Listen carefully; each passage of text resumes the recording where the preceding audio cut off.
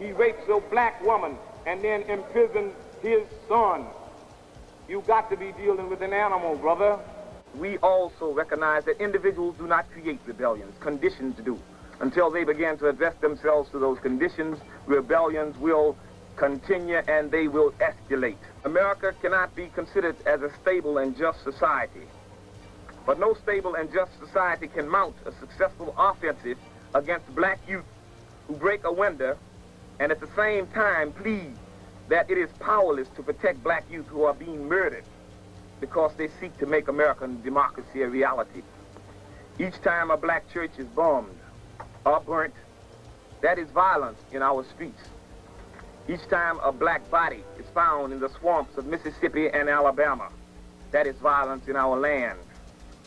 Each time black right workers cannot be protected by the government, that is anarchy. Each time a police officer shoots and kills a black teenager, that is urban crime.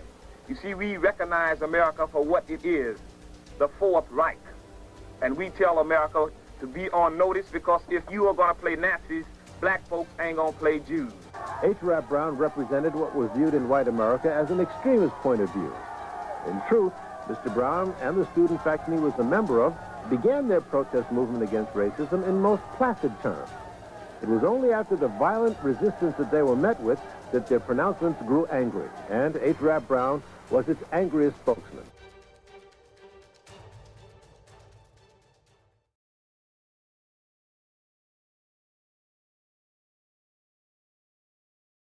The strong man is not he who is a good wrestler, but he who can control his anger.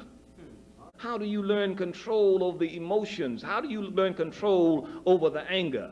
By disciplining yourself, by giving up those things that incite the anger. So in fasting, we are warned and we are taught, do not become angry.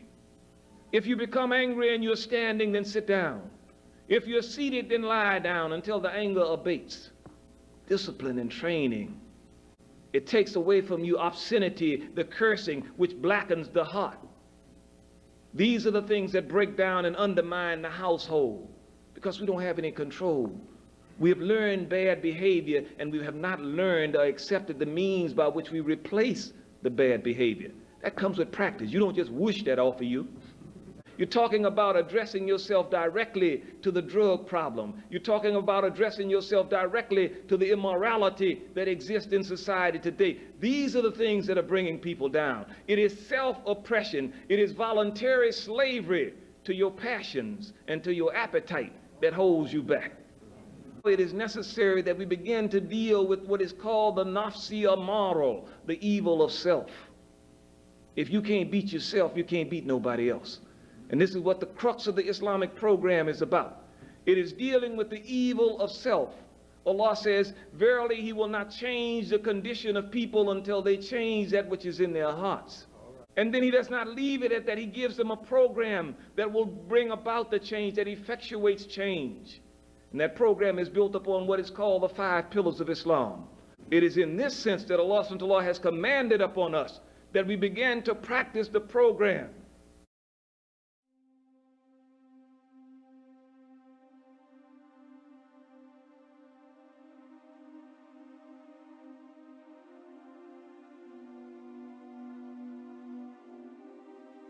You contacted the Federal Bureau of Investigation and told them that you had committed a murder and were involved in the shooting of a cop in March of 2000 in Atlanta, Georgia. Yes. You did? Yes. All right. You weren't arrested for it, were you? No, sir, I was not. In fact, another person was tried and convicted.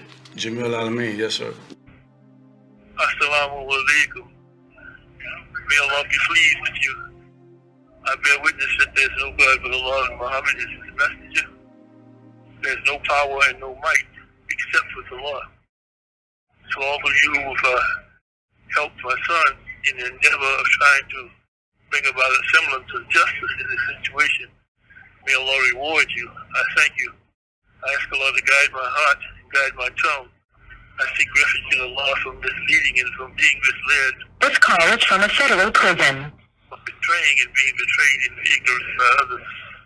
I ask Allah to confer upon me a look that is merciful, a knowledge that is useful, tongue that is light, a heart that is unerring.